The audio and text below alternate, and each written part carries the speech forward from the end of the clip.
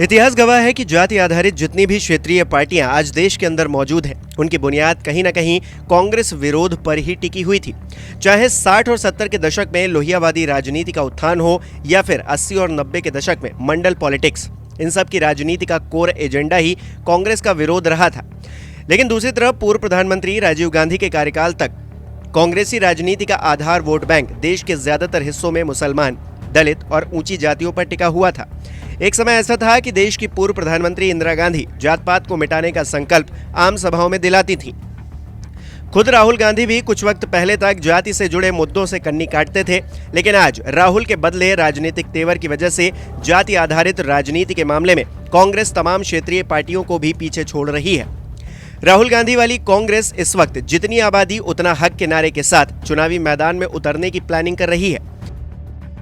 आजादी के बाद से कांग्रेस ने अब तक कभी भी पिछड़ी जातियों की राजनीति को इतनी अहमियत नहीं दी जितना कि इस वक्त दी जा रही है।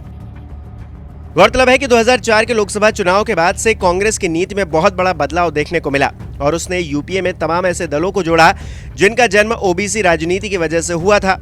लेकिन हकीकत यह है कि उसके बावजूद कांग्रेस के हाथ से पिछड़ी जातियों और खासकर अति पिछड़ी जातियों का वोट बैंक फिसलता चला गया।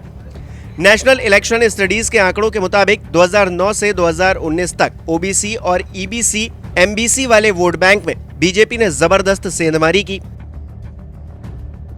इसका असर यह हुआ कि कांग्रेस ही नहीं, मंडल आधारित पार्टियों का वोट बैंक भी बुरी तरह से डगमगा गया। पिछले 10 सालों में बीजेपी ने अपना वोट बैंक करीब 2 गुना तक बढ़ाया है, लेकिन इन्हीं 10 सालों में कांग्रेस का वोट बैंक लगभग आधा रह गया। पिछड़ी जातियों के वोट बैंक की बात करें तो 2009 के लोकसभा चुनाव में क्षेत्रीय दलों को 43% वोट पिछड़ी जातियों का मिला था, जबकि कांग्रेस को 23% और बीजेपी को 22% मिला था।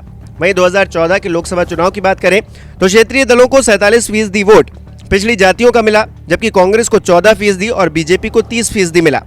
वहीं 2019 के लोकसभा चुनाव आते आते पिछड़ी जातियों का वोट क्षेत्रीय दलों को 29% ही मिला, जबकि कांग्रेस 15% पर आ गई और बीजेपी 41% पर पहुंच गई। अति पिछड़ी जातियों के वोट बैंक की बात करें तो 2009 के लोकसभा चुनाव में क्षेत्रीय दलों को 30% अति पिछड़ी जातियों का वोट मिला, जबकि कांग्रेस को 27% और बीजेपी को 22%। वहीं 2014 के लोकसभा चुनाव में क्षेत्रीय दलों को 33% अति पिछड़ी जाति का वोट मिला, जबकि कांग्रेस को 16% और बीजेपी को 43% अति पिछड़ी जातियों का वोट मिला। वहीं बात करें 2019 के लोकसभा चुनाव की तो क्षेत्रीय दलों को 22% अति पिछड़ी जातियों का वोट मिला, जबकि कांग्रेस को 15% और बीजेपी को 48% अति पिछड़ी जातियों का वोट मिला। बहरहाल अब देखना होगा कि राहुल के नेतृत्व में कांग्रेस जिस राह पर निकली है उसमें सफल हो पाती है या फिर नहीं।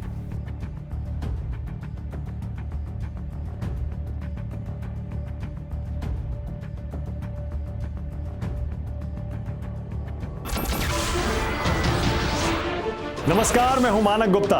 अगर आपको हमारा ये वीडियो पसंद आया हो तो इसे लाइक और शेयर जरूर करें और हाँ, हमें सब्सक्राइब और फॉलो करना ना भूलें ताकि आप देश और दुनिया की कोई खबर मिस ना करें। तो जुड़े रहिए हमारे साथ और देखते रहिए न्यूज़ 24।